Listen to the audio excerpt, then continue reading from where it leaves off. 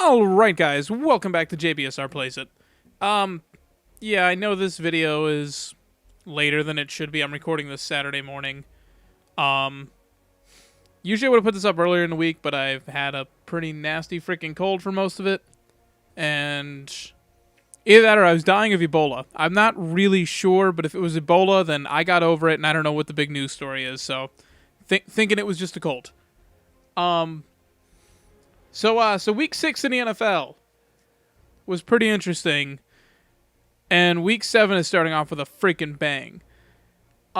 Big story right now, and this just broke last night or yesterday evening, whatever it was. Percy Harvin gone from the Seahawks, sent to the Jets for a conditional draft pick, which is basically a 4th round pick. But if he's really good, I don't know what counts as really good. They get the 2nd round pick, which, considering they sent over a 1st round pick, a 7th round pick, and then a next year 3rd or 4th, whatever it was, to the Vikings to get him in the first place. That just shows you we have come a long way since week 1, and Lord have mercy, we have Percy. I understand why they did it. Part of it is salary cap reasons. You've got Marshawn Lynch. I don't think he's due for a new contract. I know he held out, but I feel like he's got another year after this one on that. But Russell Wilson's due for a big payday. And this guy's been on the field for 9 games his entire Seahawks career, and that's including the postseason, because he played in the Super Bowl. And that was one of 2 games he played all of last season. He's played every game so far this year. I feel like, yeah, so I think 8. I heard 8. Maybe he played in the conference championship too. I don't know. Not a good way to spend it, and especially, apparently he was like getting into fist fights and stuff with other players on his team, like in the locker room and stuff. Not a guy that the Seahawks generally would want to keep around, so I can understand why they do that. And the Jets, honestly, they're 1-6 right now, and we'll go over 2 of their games actually, because we got the Thursday night game obviously to talk about too, but the Jets are probably in the best position of any of the 1-6 teams, and I don't think they can make the playoffs. I think they'd literally have to win 9 straight. But also, that's a possibility, because they've looked good the last couple of weeks in losses. It's a possibility that they could run the table, or 8-8 is not out of the question at 1-6. But let's get into the slate of games, because we got a bonus one basically to talk about. First game up, Patriots 37-22 over the Bills. I'm not heartbroken over this. I picked Buffalo, obviously, I always do. I think I said this in the last podcast, and if not, then I meant to, but this is the first pick all year where I did not feel confident in the Bills. Not that I think the Patriots are back necessarily, because I don't think Brady ever went anywhere. I think I said that before. I never thought he went anywhere. I just thought that his offensive talent around him, there was no talent. It was him, a freaking struggling offensive line, terrible receivers, and a broken tight end. And now the tight end is playing better, although who knows how long that'll last. Hey, speak of the devil, there he is. The wide receivers look better. They shuffled around the offensive line, and apparently whatever they did worked. So hopefully that's, for their sake, hopefully that's for the long haul. I don't think this puts the division out of the Bills' hands, because I generally think the Week 17 matchup, they could go into there with 9 wins. They can win 6 out of their next, whatever that is, 9 games. And who knows what's going to happen with the Patriots, because they've still got the Broncos, and they've got a couple other teams. I think they still got the Packers and everything on their schedule, so there's still a few challenging games for them. So it's not like they're just going to waltz to 13-3 and 12 or 12-4. That said, I don't think the Bills should be looking at division right now. I mean, they shouldn't consider themselves out of it, but the Bills should be looking at wild card. The Ravens, and maybe this is just because I want to be down on them, I don't know what to expect out of them. I don't know if they're 4-2 right now. Who knows where they look at the end of the season? Do you trust? I mean, I don't think Joe Flacco's bad. I think Steve Smith has made him a million times better. And I will be a huge... I've always really liked Steve Smith, but now it's just like he quit Twitter. He was on it, I think, for like 3 or 4 months, and he quit Twitter. He's like, I don't have time for this. And he had a couple other funny quotes if you can find them. I think, what did he say? Something like confidence on the internet is like cover 2. It's easy to, it's easy when you got a safety right over your shoulder or something along those lines. I know I butchered that completely. I can't. It's Steve Smith. I don't have the quote right in front of me. But, do you trust the Ravens? The Browns, they're scrappy. They've closed out a couple of their games. They could be 6-2 because they've got a really easy slate coming up. I'm not going to try and get too much into all the other teams. I got to, obviously we're basically a week removed. But the Bills are not out of playoff contention by far because they have a pretty easy schedule coming up. And there's no reason to believe that they're done. But for the Patriots, yeah, they look good. Brady put on a clinic, and the Bills have a good defense. Like, it's not just me saying it. It's a lot of other people saying that. So, I don't know. I don't think the Patriots are done. But again, they had an injury in this game, or 2 injuries. Stephen Ridley, he's done for the year. I don't know if he blew out I think he tore his MCL, and they say he tore his ACL as well. And then he lost Gerard Mayo for the season too. And as you'll see when I get to the Thursday night game, that was Gerard Mayo's kind of a big deal to them, losing him. But I guess I can afford to talk about this game a little bit more. Kyle Orton looked pretty good. And the game was close. Like, it was 37-22. It was basically a one-score game almost throughout. I actually woke up earlier in the afternoon for once, so I actually caught, like, the last... I didn't get to watch it, but watching, like, the scoreboard and everything, I saw, like, the last quarter. It was a one-score game through most of it. And then sort of that dagger to Brandon LaFell for 56 yards, which was a blown play. When they tell me that the Bills, like, blew a play or blew coverage, and that led to a big thing... I know I should do the responsible thing, I guess, or maybe the professional thing, if I think this will ever go anywhere, and watch the play, but why would I want to?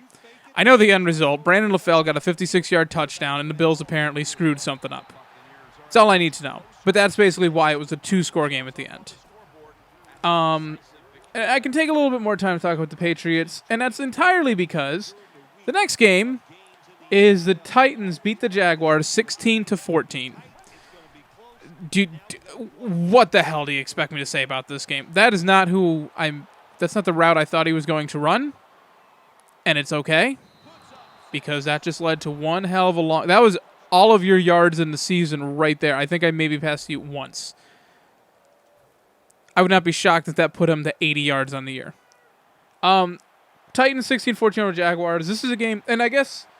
Wait, hold on. I actually have it written down for once. I went through. I'm trying to be professional. And yes, that requires me using paper. For some reason, it's just I have the schedule and everything, all that printed out. I don't know why. It's just I'm old school, I guess. So for week 6 on my picks, I went 6-8-1. Not a great week, but on the season, I am still 51-37-1. So, luckily I've had enough strong weeks to off-balance, maybe having some off time. But this is another one, the Bills I was wrong, the Thursday night game I was wrong, and then I picked the Jaguars to win this one. And Blake Bortles looked pretty good. I don't really know what happened in that game. I'm looking at the thing here, and I'm seeing Blake Bortles was their leading rusher with 38 yards. And that's probably not a good thing. I would assume. I don't know enough about Blake Bortles, but I'm pretty sure he's not Robert Griffin, and he's not Cam Newton. I don't think he's supposed to be your leading rusher, although he did it off 5 carries, so good for him. But Charlie Whitehurst is a starter, which is good. Wisenhunt, I think someone finally told him, hey, listen, I know you want to see what you got out of Zach Mettenberger, but you're going to ruin that kid's career. So good for them for just sticking with Chaz Whitehurst, the man. What was it, the 22nd prettiest person in Nashville or some shit like that? I don't know. I want that guy's career. He's made what, like $20 million, and he's thrown maybe 52 passes now. But yeah, so the Titans are 2-4. They have no right to be 2-4. But that's just how it goes. So good for them. Jaguars 0-6. You'll get a win. You didn't look that bad this week compared to how you've looked some of the other weeks. You didn't look that bad. Next up, Ravens putting another shellacking on the Buccaneers. 48-17. Eric, I'm sorry. Your team's done. The Bucs are done. And it's tough for me to say that because there's still only a game and a half out of the division. All right, guys. Sorry about that. You know the drill.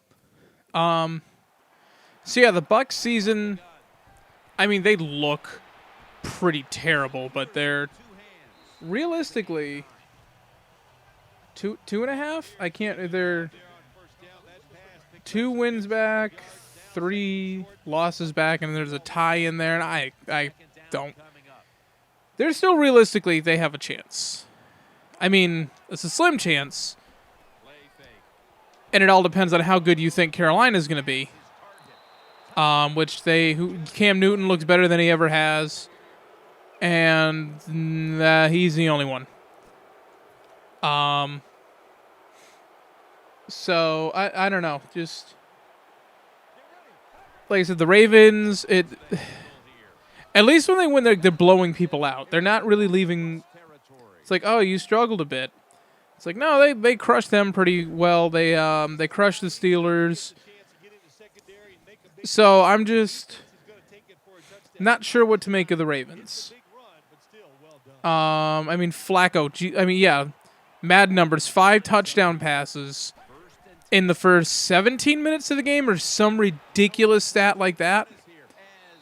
Just an insane number of touchdowns in such a small amount of time. And this one wasn't even on Thursday night. The Thursday night game, which I already went over in the last episode, that was actually competitive. So apparently we still had the blowout game. They decided it wasn't going to be on Thursday this week. So I don't know. I'm looking at my paper standings here, and it's not looking good for the Bucs. But again, stranger things have happened, and this division, no one is really blowing anyone away. Then we move on to another 1-5 team that actually isn't really out of it, although they probably are. Broncos 31-17 over the Jets, and actually for a while this one looked like a game. This is another one where I think they just added a score late in the game. Geno Smith didn't look terrible. He didn't look good. But he 23 of 43 for 190 yards, 2 touchdowns. He didn't look as bad as he has. And again, like I said, with last week, when they put Michael Vick in and they had literally the same stat line for a while, where both of them had only completed like 1 or 2 passes, it was pathetic. You need to keep Geno Smith for the season. He needs to stay in there barring injury. Because Vick has said it, when Vick said, I was not prepared to play, that officially makes him the worst backup quarterback of all time, especially when you take into account there was a very good chance of him playing in this game, because there had been all of this talk about Geno Smith being benched for a few weeks. Basically since the Bears game is when it all came up. So to not be prepared for what could easily have been his job, and all he would have had to do, maybe lead him on 1 or 2 touchdown drives in that game, and then, 45-50% of his passes completed. He didn't have to do much in order to win that job and make that his starting position. It just shows like he doesn't want it. He is content to sit on the bench for the rest of his career, which won't be very much longer, I don't think. And that's fine. That was always a running joke. Was it Daniel Tosh, I think, in his stand-up when he was talking about Brett Favre and how why would you ever retire when he's making $20 million a year to be... I mean, he had one really good year. One of his best year of his career, I think, was like that second to last season in Minnesota. But, why would you not just take the money? Same thing with Vic. Like, why would you not just take the money to sit on the bench? What is he getting paid? Probably $2 or $3 million this year. Why wouldn't you take that? So, and I know the Jets. A lot of people like to blame the fact that Idzik's not spending any money, and they've got like $20 million in cap room, $33 million after you factor out the dead money. But Idzik is from that Ted Thompson coaching, tree that's worked to success. Packers have a Super Bowl. Seahawks. He came from them as well.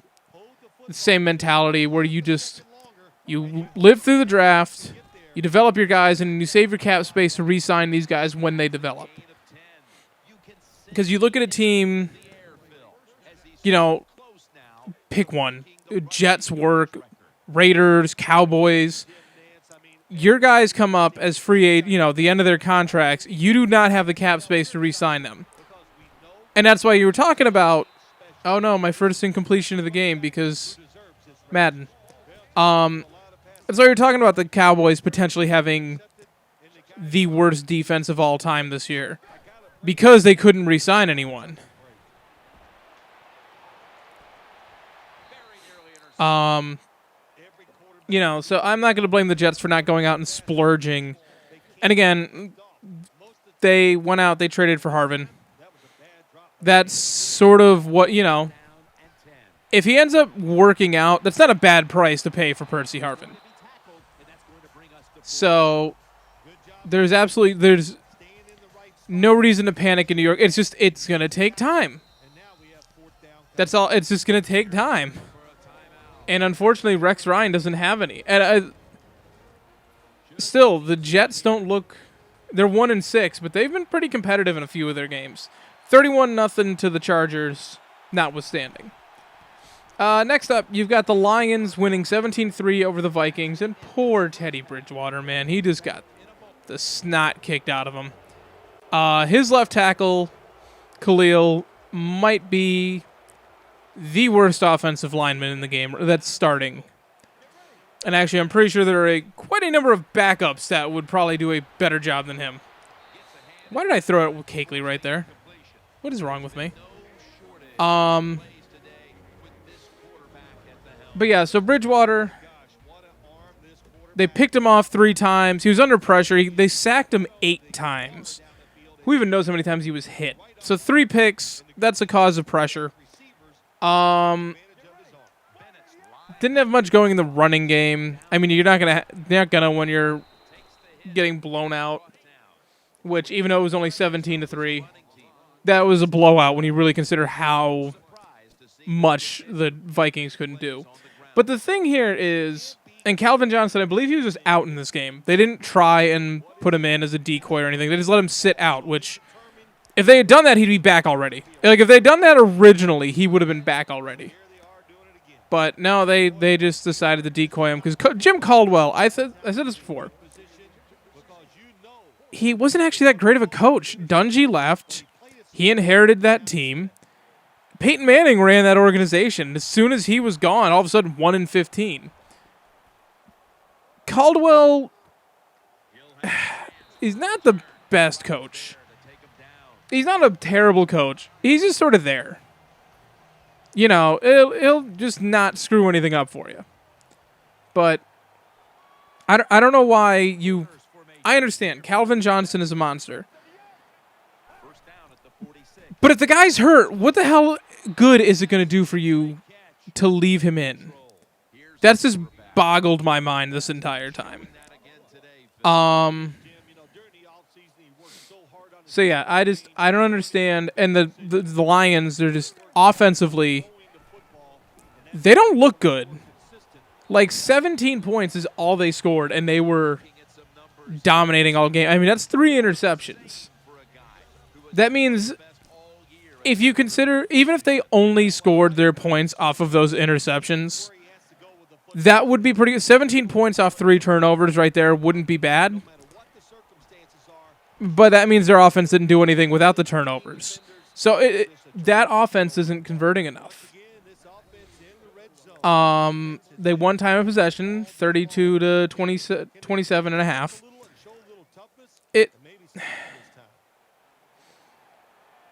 But they've got the best defense in the league. And that's why they're 4-2. So I don't know. It's tough to fall in love with this team. But they seem a little better than they have in years past. Which I guess is the important thing. And now here comes the biggest game of the week for a lot of people. Because I don't understand why people just don't understand ties in football. So the Panthers and Bengals tied it at 37 in overtime. Or, well, end of the game. 37. 37-37. That was the final score. People are they're like, oh, there shouldn't be ties in football. The only thing that ties in football really ruins is the standings at the end because you got to sit there literally doing trigonometry trying to figure out, the tiebreakers and all that stuff. Which really, it doesn't even come down to that. It's just, the Panthers are 3-2-1, which means the best record they can have is 13-2-1. They're not going to do, they can't go 12-4. So that's really all it comes down to. I don't know why they keep having me pass the ball when it's 59-3. They're just ruining my completion percentage. Although I do really want to get that passing record. I just need to learn how to throw. There was no defense in this game. Obviously, when you've got 74 points combined, between the two teams, neither one of the defenses stepped up. So that's not a good thing.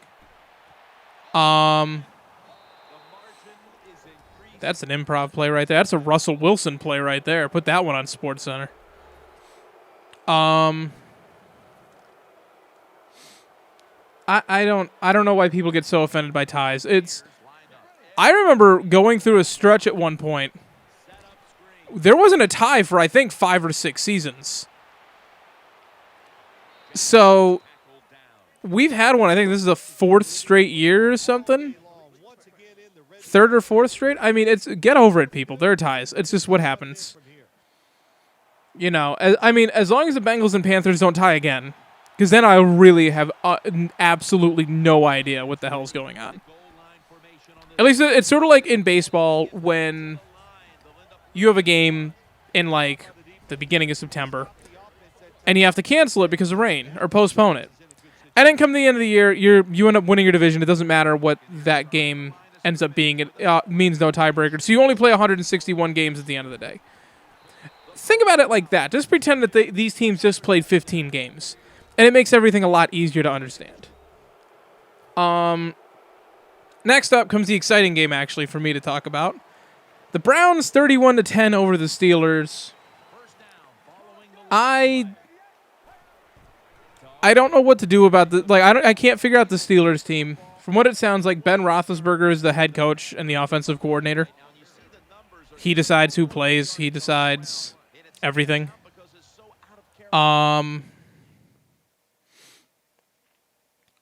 Which I don't know. It's just my favorite is Brian Hoyer's stat line: 8 of 17. He completed 8 total passes for 217 yards. And the rushing game, Ben Tate was their leader, 25 rushes for 78 yards and 2 touchdowns. But there was more in there because they've got a 3-headed monster at running back, the rare 3-headed running back by committee that's actually efficient. Where when Ben Tate was out, no one really noticed it. And when he came back in, people were like, oh, don't put Ben Tate in there. He'll ruin the chemistry. And he's doing just fine. Nice win for the Browns, especially because they almost completed that comeback earlier, week 1 against the Steelers, and then win this one. 3-2, but their schedule is, what is it, the Jaguars, Raiders, and Buccaneers coming up. I mean, they could be sitting at 6-2 and looking pretty. So it's not. I don't know where they're going to stand at the end of the year. That's a completely different subject. But as of right now,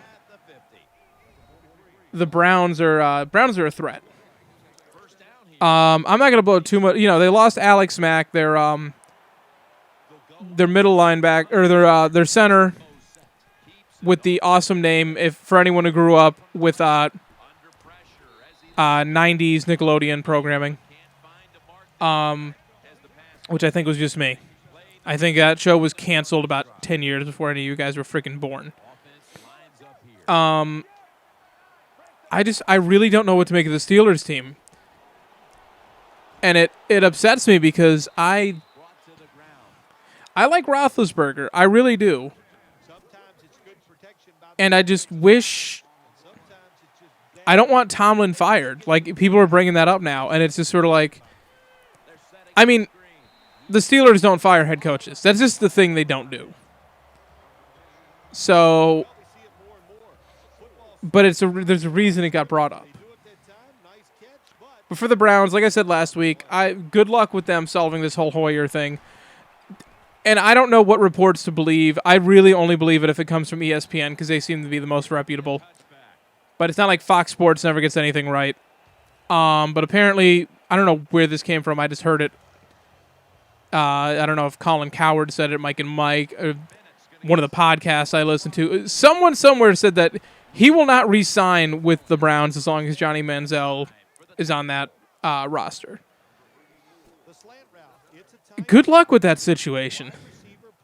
I don't think Manziel will be anything. And quote me on this 5 years from now when you're talking about, you know, when he leads the Browns to their second Super Bowl. Feel free to throw this back in my face, but I'm telling you, I see Tim Tebow, and I said this before. Only Tim Tebow is a likable guy and Manziel is not. That's the difference. Like, take Tim Tebow, take away the winning and take away the great personality. And you've got Johnny Manziel. So, good luck with them. Next up, Packers with one hell of a comeback, or last second run, win 27-24 over the Miami Dolphins. Aaron Rodgers, I guess his biggest criticism has been that he's not very good with a game tied or being behind in the fourth quarter. And he managed to pull one out today with the fake spike against the team that invented it, which I think is pretty cool. That's just me. So nice. Packers, they need every win. They need every single one. And they're 4-2. They're keeping pace with the Lions. So Eddie Lacy doesn't look very good. I barely even remembered that guy from last season. So apparently he was supposed to be kind of a big deal. But I don't know. So it's tough for me to talk about this game. Because really, like, besides that finish, I don't think there's anything to be said about this one. It's just, it was ugly. Philbin needs to not be a head coach in the NFL anymore. And I think that's all it comes down to. I'm not going to say he's a bad guy or anything like that. I don't know him. I've never met the guy, obviously. This is why, But how do you had separation? Why didn't you just sprint? I thought you were going to be wide open to take that one freaking 95 yards. The hell? I mean, I don't think that he should have been coaching after last year with all that freaking drama that went on. But that's just my opinion. It's not looking. I mean, I'm sorry if you're a Dolphins fan, except I'm not because I'm a Bills fan. So screw you. But it's not. You have to be convinced Tannehill is the answer at quarterback, because otherwise you are rebuilding forever. And I still think he's probably a better option than some of the guys they've had in recent years. The best. I still maintain the best guy they've had since Marino retired was Jay Fiedler. He wasn't great, but he won. And that's really all that mattered. They made the playoffs for, I think, the next 2 or 3 years after Marino retired with Fiedler in there. Or Fielder, sorry. So I never understood why they got rid of him without really finding an answer. But yeah, I'm sorry, Dolphins fans, but you still suck. I don't care if you beat the Patriots. Next up, in a surprisingly close game, the Chargers 31-28 over the Raiders.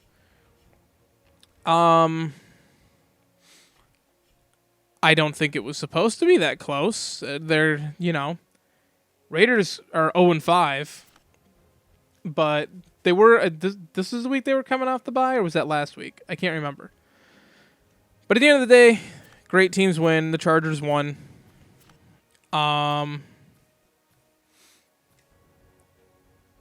So yeah, it's Brandon Oliver, the undrafted rookie out of Buffalo at running back for the Chargers. You can make the Darren Sproles comparisons all you want. I'm not going to.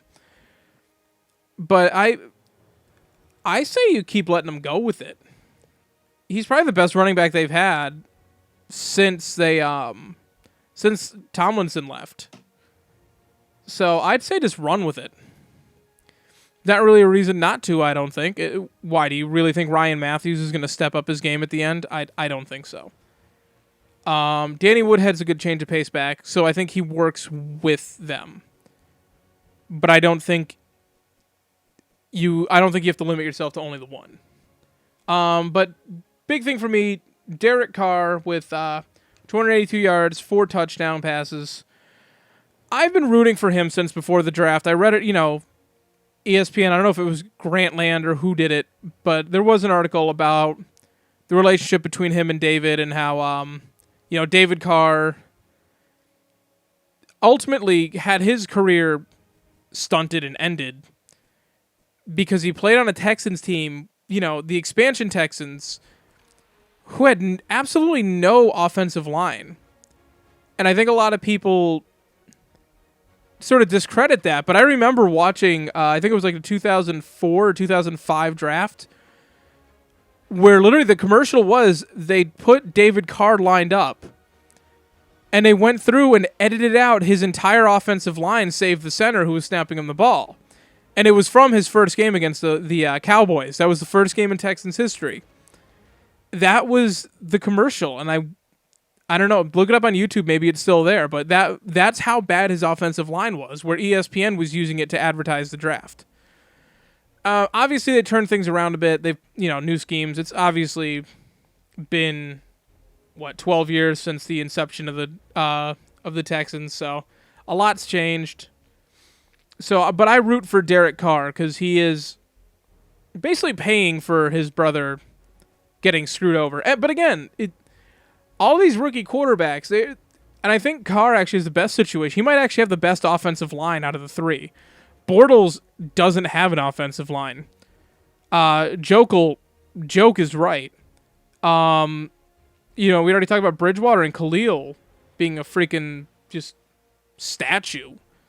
He's useless. Tom Brady would be a more mobile freaking tackle. But all of these guys they're playing on terrible teams, even though, Carr went in the second round. I was really hoping that the Cardinals would have taken him. He would have gotten a shot already against, behind a better line with really good wide receivers. You're talking about Larry Fitzgerald might not be long to, might be nearing the end of his tenure in Arizona. Because, maybe not ending, he's definitely not the 100% number one. He is definitely a 1A again, kind of like his days with Anquan Bolden. Either a 1A or a 1B.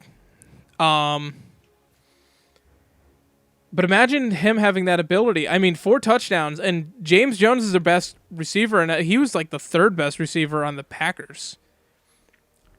So I'm rooting for Derek Carr. He's not going to be my favorite player. That distinction still belongs to Russell Wilson. And we'll get to him in a little bit, but he will be my favorite player. But I'm definitely pulling hard for Derek Carr to have success. And I would really love if John Gruden, the rumor is always that John Gruden's going to code this coaching job, that coaching job. It would be great to see him come back to Oakland and maybe help Derek Carr have a good career. That's all I'm hoping for. I don't care if he's a GM or not, but, he's obviously experienced. He should have really strong influence in the personnel, but I don't know about being the GM and head coach. But a good one by the Chargers. I was going to say it earlier. I meant to do I was going to do a quarterly power ranking sort of deal. I don't see a reason to do it week by week. I watch it. I look at it at ESPN. There's so much fluctuation. I've seen the Bills go all the way up to like 12 and then 29. They're just all over the freaking place. It doesn't make any sense. I was going to do a quarterly one. Ended up not happening. I never got around to it. Maybe I still will. Maybe I'm going to do a halfway mark, but maybe I'll do one for the 3/4 mark. But right now I can tell you that my best team in the league might be the Chargers, and my worst team in the league is a toss-up between the Jaguars and the Bucks. I don't go necessarily by the number of wins because there's a lot to be said about it. The Buccaneers have been blown out twice. I think the average margin of defeat in the Jaguars is like 17 points. And the Raiders play pretty close games. They gave New England a game. That was like the first warning sign. What was it, 16-7 when they played the Patriots? 3-point loss to the Chargers this week. The Raiders play close games. They don't close them out. Obviously, they're 0-5, but they're a better team than 0-5 suggests. Not by much. I don't think they're easily a 3-2 team, but I think they should easily. They had a chance at being maybe 2-3. Next up, the Bears at the Falcons. Another one I got wrong. I literally thought that that was going to be, I thought the Falcons were just going to win every single home game, and that did not happen, obviously. The Bears are a team I just can't get a read on them, and I don't think I ever will. I don't understand. I don't like Jay Cutler. I've mentioned this before. I didn't realize, and I heard this, Matt Forte leads the league. He's got 46 receptions. He's number 1 in the league in receptions, which is already kind of absurd that it's a running back leading it in today's age. But then really think about it. He's got 46 catches through 6 games. That is nuts. What is the pace on that? I need a calculator. I have a calculator. So 40. Come here.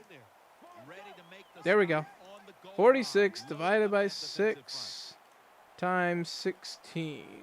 He's on pace for 123 catches. 120. Wes Welker territory. He's on pace for that as a running back.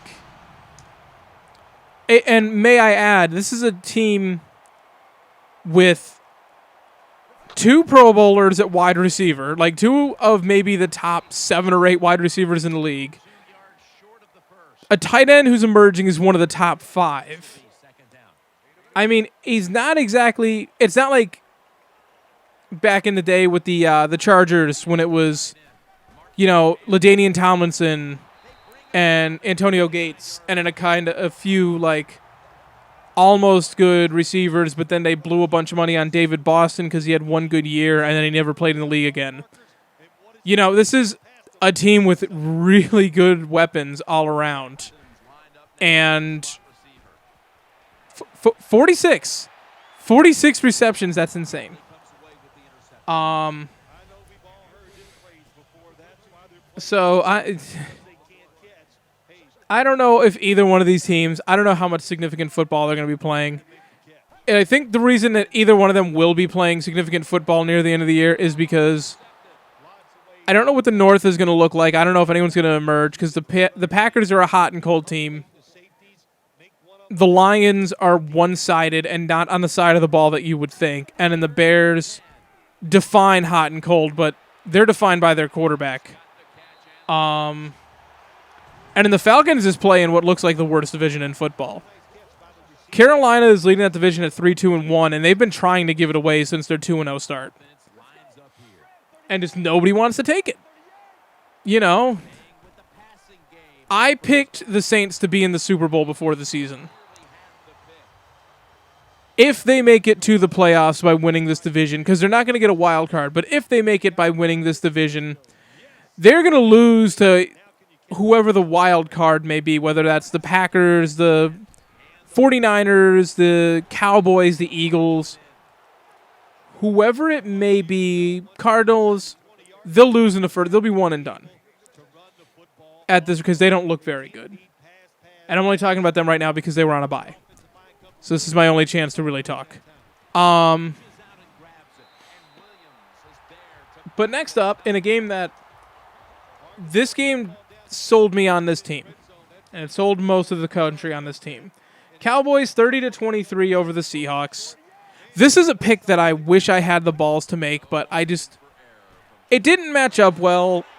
You know, and I thought there was nothing wrong with the Cowboys going 4-2, losing in Seattle, and playing a close game. I thought there would be nothing wrong with that.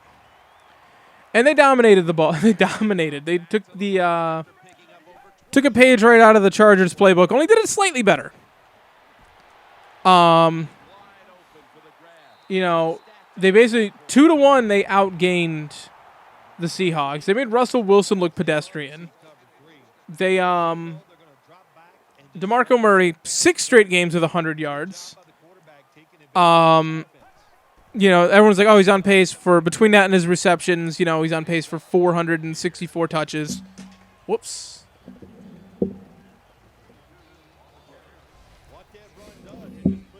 Sorry about that. I dropped the controller, and I'm going to forget to edit that out, so I apologize to your headphones.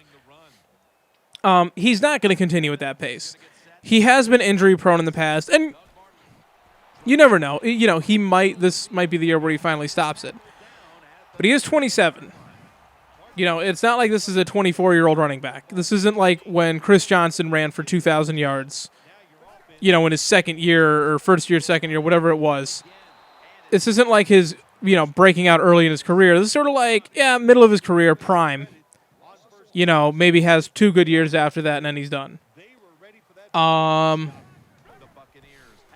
Maybe. Or he could go old school. I mean, he's been injured, but that means less wear and tear on his body. So he's not going to continue at that pace. He'll probably get injured. He'll probably miss a couple games. Or if not, I mean, they're not going to win every game. They're not going to go 15-1. Eventually, someone's going to figure them out. They're going to take a playbook out of, you know, some team from the freaking mid-90s, late 90s on how to stop them. But until then, it's fun to watch some old-school football. It really is. You know, I wish that I had done this franchise as the Cowboys quarterback. I know it would have been blasphemy. But I look at that offensive line, and it's just like, you know, it wouldn't have been bad. The Seahawks, there's no reason to panic. They're still 3-2. You've got the Arizona Cardinals leading that division at 4-1. With all sorts of injury concerns on the defense, and who knows what Carson Palmer didn't look bad this week. But who knows what the hell his long-term situation is. You never know. He might not be done missing games this year. So they're 1 game back in a division that is very tough, yes. But is also very winnable for the Seahawks. And then the 49ers could implode at any moment, and I'm still waiting for it. I've got my popcorn still ready. And I'm very disappointed it hasn't happened yet. So don't panic, Seahawks fans. They'll still be in the playoffs. But, you know, they were only 11-5 last year, I think. It's not like they walked in at 15-1. So don't worry about it. There's nothing wrong with 10-6 or 11-5 making the playoffs. Next up, we got the Cardinals taking care of the Redskins, 30-20. Kirk Cousins once again puts up, you see stat line, 24-38, 354 yards, 2 touchdowns. Holy shit, why is there even a conversation anymore? But we don't see in that, and I only know because I listen to everything else. That doesn't show his 4 turnovers that he had. I don't know how many of them were picks, how many were fumbles. But I guess Jay Gruden has come out and said this is Robert Griffin or RG3's team when he comes back. Like, there is no longer a QB controversy. RG3's just out. And that's not to say Cousins is a lost deal. I mean, basically, he's still playing in his rookie season. He's just been on the bench for a while. And you would like to think that he'd come out strong, but Aaron Rodgers didn't come out firing his rookie year either. The Packers went 6-10 the first year with Rodgers. It was the next year when he really exploded. I don't remember if that's the year they won the Super Bowl, but they went from 6-10 to like 11-5 or something like that. So Kirk Cousins, you're not going to get a first-round pick out of him. You might be able to swing a second or a third out of the desperate Rams team. As much as I like Austin Davis, I don't know how much of a legitimate shot he's going to get. But the Cardinals taking care of business again, even though, and I have my standings, I'll print it out right here. I have them, it's my personal printout, so I can put whatever the hell I want. So, like, for the Raiders, I put 2008 Lions. The Ravens, I put wife beaters. And for the Cardinals, I put injured reserve. So, I don't know how they're doing it, other than I think Bruce Arians gets a lot of the recognition he deserves, and yet simultaneously manages to be the most underrated coach in the NFL. Like, him and Chuck Pagano won Coach of the Year. Like, I think it was, the two of them together won Coach of the Year or something like that. They're good coaches, and people recognize it, but I don't think they recognize it enough. And I don't know. And Larry Fitzgerald, as I mentioned him earlier, but 6 catches for 98 yards and a touchdown. He looked pretty good. He's not done. He's just not. He wanted Malcolm Floyd. Well, he got him, or Michael Floyd, or there's too many M Floyds, I think.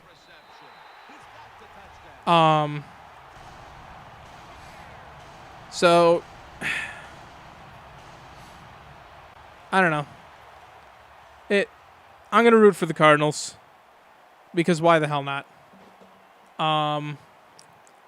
Redskins, you're done. Change your fucking name and maybe people will forget about this season. That's all I can say. Hey, changing your name works. The Devil Rays were like the laughing. I think they had like 8 consecutive 100-loss seasons to start off their freaking existence.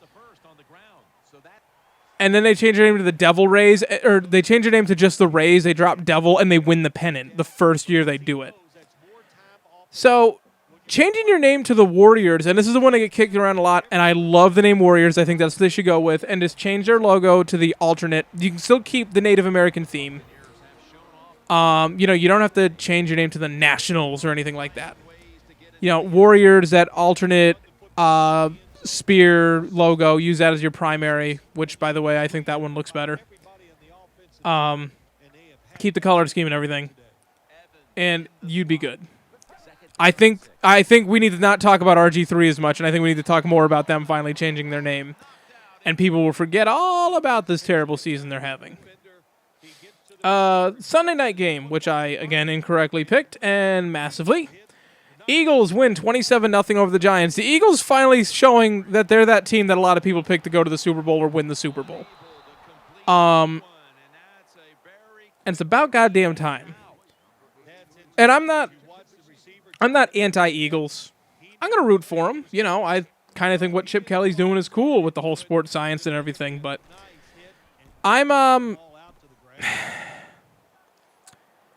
the injuries had added up at the beginning, and it seems like they're slowly getting over it and slowly getting better with it. I still don't think Nick Foles is the top 10 quarterback in this league. And I remember hearing somewhere the possibility of Andrew Luck playing in this system, he would set the franchise record for touchdowns in a single season. Maybe that's a little bit of hyperbole, but I really do. I think he would be a beast in that system.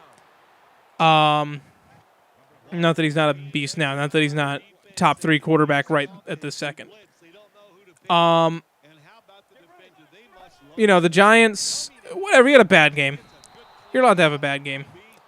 They won 3 straight. They lost this one. Nothing, it was a bad loss, but Victor Cruz, I think that injury is going to hurt a lot. And Victor Cruz is one I feel really bad about. Because not only do I love the undrafted free agent story, the fact that he's emerged into one of Eli's favorite targets. I love all of that, but I think the big thing with me is he went to UMass, which, for those not very good at geography, UMass is located in Amherst, Massachusetts, which is about a 30-minute drive from where I live. He's basically a local boy to me. And the Northeast, we do not take college football seriously whatsoever. When Boston College did good that year with Matt Ryan, we're like, oh shit, that's right, they have a football team. Like, the Northeast, I mean, when you look at the, we look at academics more. But we also win at, they're not very popular sports. Like, pay attention to NCAA hockey when their Final Four rolls around. And yes, they have a Final Four. They're Frozen Four, I'm sorry. Format very similar to basketball. Pay attention. It's usually like Boston College, Boston University, New Hampshire, Maine, all of these schools located in New England. That's usually who is playing in the Frozen Four. That's what we excel at. And even at, I don't think anyone around here even knows that. I just happen to be the one to pay attention. Because I'm always like, hey, look, that's the state I'm from. We don't care about college football, so it's no wonder that Victor Cruz didn't have a chance. If he goes to USC, maybe he's a first-round pick. And I don't know, but it's a possibility. Because UMass, I mean, if the BC Eagles didn't win as many games as they did, Matt Ryan would not have been the number 2 overall pick in that draft. He maybe would have been a 5th or a 6th-round pick. Because you don't get any recognition around here because we don't care about college sports. UMass just got to Division I football, or FBS, or whatever the hell it's called now. We have Boston College. And then in, Division II, we have, AIC and shit. John Cena played football for Springfield College, which is literally around the corner from where I live. And they might be Division III, and I'm not even 100% sure about that. We don't take college sports seriously around here, but it still sucks with Victor Cruz, and apparently his surgery went well. They found no other complications in his knee, which is a shock, because if you saw the way he went off the field, and I refuse to watch the video, I can just look at the pictures and just imagine the agony that guy was in. It's tough to see, and it was also tough to think that it was just the patellar tendon. It was really tough to think that I think it was a Grantland NFL podcast where like his career might be over. That might be the last we see of him. And I'm glad it sounds like that's not the case. But will he ever be the same? I don't know. But I feel bad for him. So, I don't know. But moving on, we got one last game to wrap up Week 6, and then we'll talk about the Thursday night game. 49ers win 31-17 over the Rams. My upset pick was looking pretty good through three quarters, and then Colin Kaepernick decided to be good Colin Kaepernick. I almost say stop talking about Jim Harbaugh if you want to see the 49ers fail, because the more you talk about him, the more it fuels them. And I thought that the Rams could win this game and get back into, maybe not contention for anything, but just sort of, I just want Austin Davis to succeed. Is that so much to ask? Does that make me such a bad person? I just want this undrafted free agent. He's been in the league for 2 years or whatever it is to succeed. Because Kurt Warner is right. That happened right when I started really following football. Like, when I was a kid, I grew up with, my dad thought the team was the Buffalo Bulls. He literally, I grew up not knowing anything about football besides the fact that I collected football cards. I knew I was a Bills fan. I didn't know they won, they went to 4 straight Super Bowls until years later. I mean, during the Flutie days. That's when I finally heard about it. So you're talking about 3 or 4 years after that all happened that I found out that even was a thing. And I was 7 or 8 years later. So I just knew I was supposed to hate the Cowboys because they beat the Bills really bad. I never knew it was in the Super Bowl. So I love the story. Everyone loves the story of Kurt Warner. And I would love to see Austin Davis sort of get a little chance at that. Just a little one. That's, I don't think he can be the next Kurt Warner. But I think it would be fitting if they went back to an undrafted free agent again. I think he'd stand a better chance if they actually had some decent weapons around him, which the Rams do not have at all. 49ers, again, it's just, I'm not sold on that team. There's a lot of teams I'm not sold on despite what their records. And one of those teams that I am not really sold on, that would be the 5-2 New England Patriots. I still don't look at that team and believe in them long term. I believe that when you light a fire under their ass, they respond. That's what they've done for over a decade. So to rattle off 3 straight wins after getting blown out by the Kansas City Chiefs shouldn't come to a surprise to anyone. But they didn't blow out. It was a really competitive game. Geno Smith, I said he didn't look bad. I said he didn't look bad in the Denver game. He looked pretty good in this game. I think it was the best game of his career. And if the Jets could have finished, they scored on their first 5 drives. They didn't punt. They didn't turn the ball over. They scored on all 5 of their first 5 drives. Unfortunately, all 5 of those, I believe, resulted in a field goal. If one of those is a touchdown, they're winning this game. If one of those is a touchdown. And, it came on a blocked kick at the end of the game, but it was a 58-yarder, which I think in today's NFL, we're so used to a 50-yarder being like, oh, yeah, you got this. No, you don't. It's 50 yards. There's a lot of stuff to factor in. So 58. You're only 5 off the all-time record. So there's nothing guaranteed about a 58-yarder, but the fact that it was blocked by the guy who got a roughing the kicker call last year to basically give the Jets a game last year, it was fitting for him. But you can tell Chris Ivory, 21 rushes for 107 yards. But that stat is kind of misleading. On their first drive of the third quarter is when Chris Ivory hit 100 yards. He didn't get really any attempts after that because they were, after that the Patriots scored and they were down. So they were playing catch-up. They couldn't just keep feeding him the ball. So that's a little misleading. But that just shows how much Gerard Mayo is very important to that team. Ridley, they kind of missed him too because Vereen, 11 carries, 43 yards, but he's a receiving option as I look at the net stat, which says he had 5 catches for 71 yards and 2 touchdowns. Vereen is more of the receiving back. The Patriots, except for the time they had Corey Dillon, this entire time, they've never really been a 1 running back or even a 2 running back type of team. They've always sort of been running back by committee. It was Antoine Smith, a cast-off from the Bills. It was Kevin Falk. I'm not sure if he was drafted by them. He He was huge, like one of the best third down backs in the history of the NFL. And then, I don't know if they had a third guy back then, but when their first Super Bowl, I mean, Kevin Falk, Antoine Smith, those were big deals. Then they got Corey Dillon, and for a while, he was a 1,000-yard back. And then after that, they really haven't had anyone. They drafted Maroney? Lawrence Maroney? I want to say Lawrence. It's probably not Lawrence. He was a bust. They did try, but they're really a 3 running back type of team. You had Ben Jarvis, Green Ellis, and Danny Woodhead, and I think there was another guy. I think that was Maroney with them at one point as a 3-headed monster.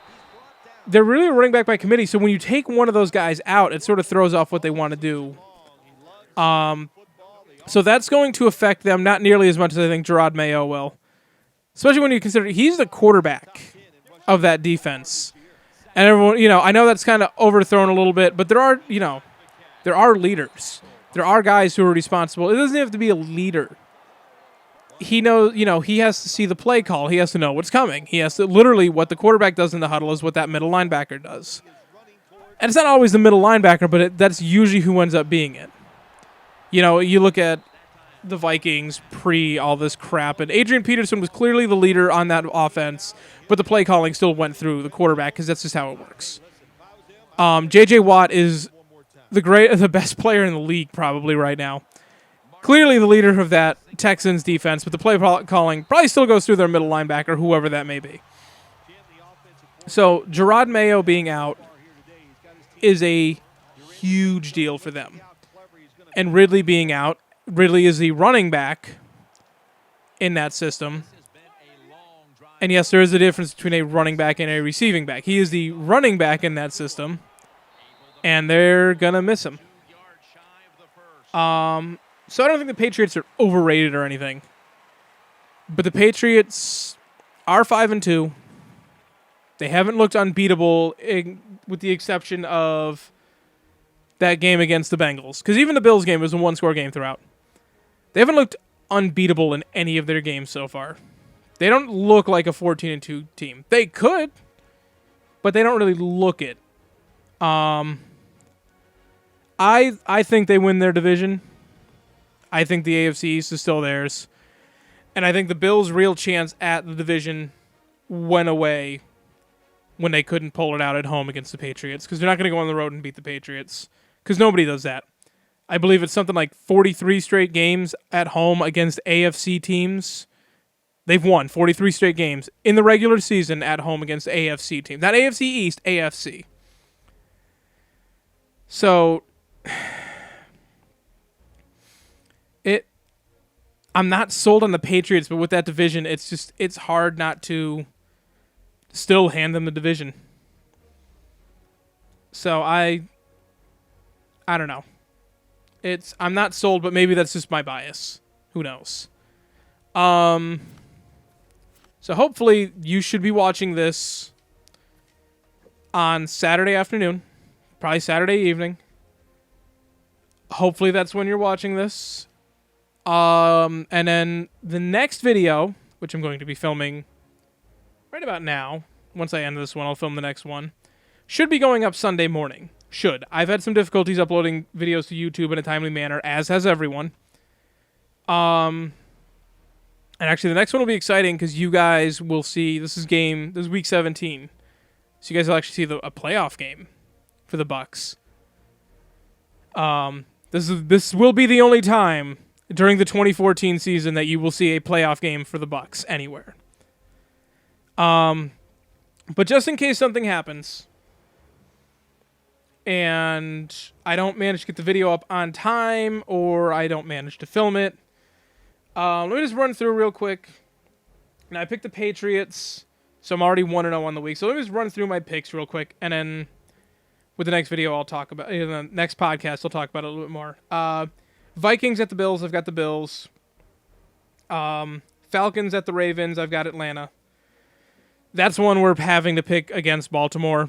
The Ravens will win that game, but I'm not going to pick the Ravens. I don't care how much I like Steve Smith. Tennessee at Washington. I'm taking Washington. Not confident in that. Seattle at St. Louis. Oh, I'm taking Seattle. You gotta. Cleveland at Jacksonville. I'm taking Cleveland. Cincinnati at Indy. I'm taking Cincinnati. Another one I'm not really confident in. Miami at Chicago. I've got Chicago. Saints at Lions. I've got the Lions. Panthers at Packers. I've got the Packers. Chiefs at Chargers. I've got the Chargers. Cardinals at Raiders, got the Cardinals. Giants at Cowboys, I've got the Cowboys. 49ers at Broncos, I've got the Broncos. They're my Super Bowl pick, I got to pick them. And then Texans at Steelers, I've got the Texans. Not really a ton of tough games on this for me to pick. But we'll get more into that tomorrow. So anyways, guys, thank you so much for watching. If you like this video, please hit the like button. If you want to see more of these videos, please subscribe to me. And share it with all your friends, too, you know. It's tough. Let's Play channels trying to come up is really tough, and especially when you start playing Madden, because all the game people run away. So, by all means, share this with your friends. Let them know. You know, if you guys find me entertaining and you think you've got some other football friends who would enjoy this, let them know about it. And leave me, you know, comments down below. Let me know what you think of it. So, thank you guys so much for watching, and I will see you guys next time.